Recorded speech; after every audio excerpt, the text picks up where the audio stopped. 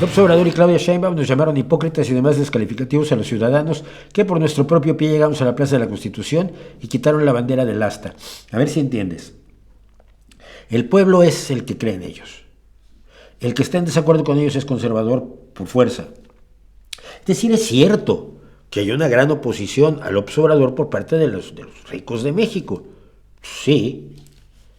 Siempre si el PRI les parecía muy de izquierda, pues imagínate el López Obrador. Entonces, sí, hay una fuerte oposición de la derecha mexicana al López Obrador. Soy el pretexto para que seamos oligarcas todos.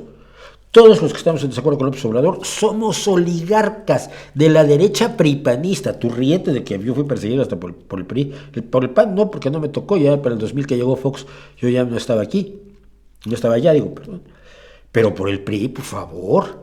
Cuando Cedillo me mandaba sus discursos a mi casa para que me acordara yo que él sabe dónde vivo. Yo tenía 2 hijas pequeñas, decía, oye, esto es tan poco heavy. Que me mande mensajeros el presidente a mi casa. Pero no, ahora soy pripanista y oligarca, conservador, derechista y mala persona. Según López Obrador y su runfla de seguidores. Tenemos un problema con López Obrador.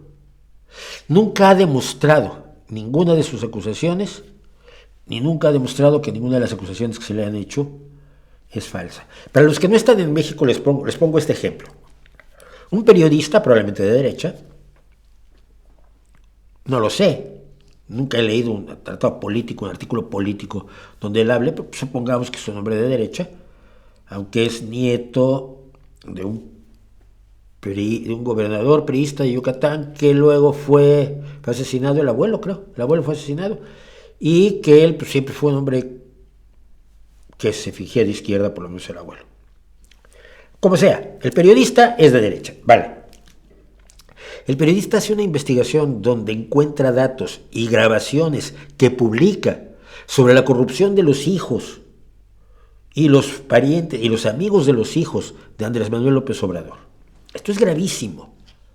Están las grabaciones donde se indica cómo se va a hacer un negocio con el balastro, las piedras que se ponen abajo de las vías en el Tren Maya que decidió construir López Obrador en la península de Yucatán, destrozando el sistema de cenotes y haciendo un destrozo turístico, un destrozo ecológico absolutamente brutal. Bueno, pero el negocio del balastro, para hacerle ganar muchos millones a un amigo, y el que ordena cómo es el hijo de López Obrador, y están las grabaciones.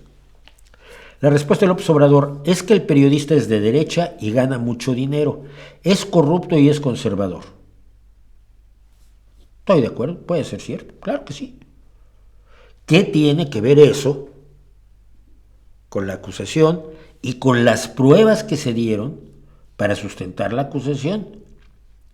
Como las investigaciones que hacen otros, que Claudia X González, hijo del fundador de Kimberly-Clark en México, tiene Mexicanos contra la Corrupción y la Impunidad, fundó Mexicanos contra la Corrupción y la Impunidad.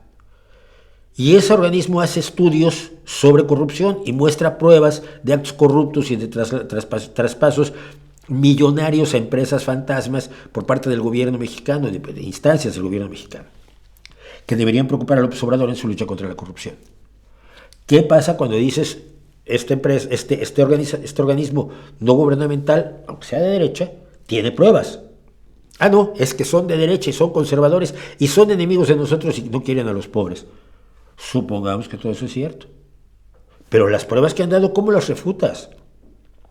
¿Qué defensa tienes más allá de acusar a todo el mundo de ser corrupto y de ser conservador y enemigo y pripanista y los de antes? Y así es como ha estado haciendo el observador todo. Pero cuando él acusa a alguien de corrupto, sea todo el Poder Judicial mexicano, sea a todos los científicos mexicanos, sea a todos los periodistas que no son de su tribu de amigos pagados, nunca ha dado una prueba. Muy pocos, procesos judiciales se han emprendido contra la gente a la que acusa López Obrador y casi ninguno ha llegado a buen fin. Porque acusarle viene muy fácil, pero no puede probarlo. Y eso a mí me parece de lo más preocupante.